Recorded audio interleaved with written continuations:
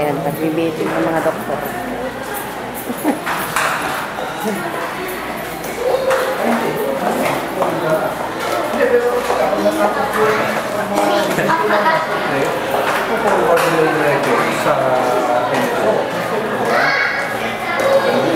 Pero yung may course mismo ito, mananatili sa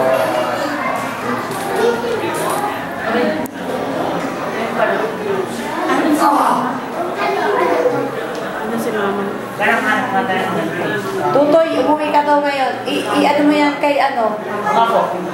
Kay mama. Sabi ako pala. Ha?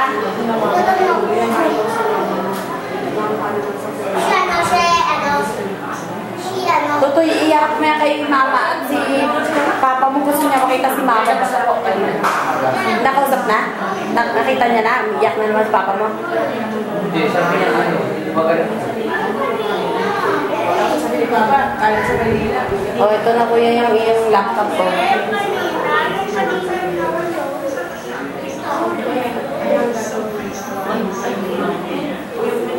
Tiling naman.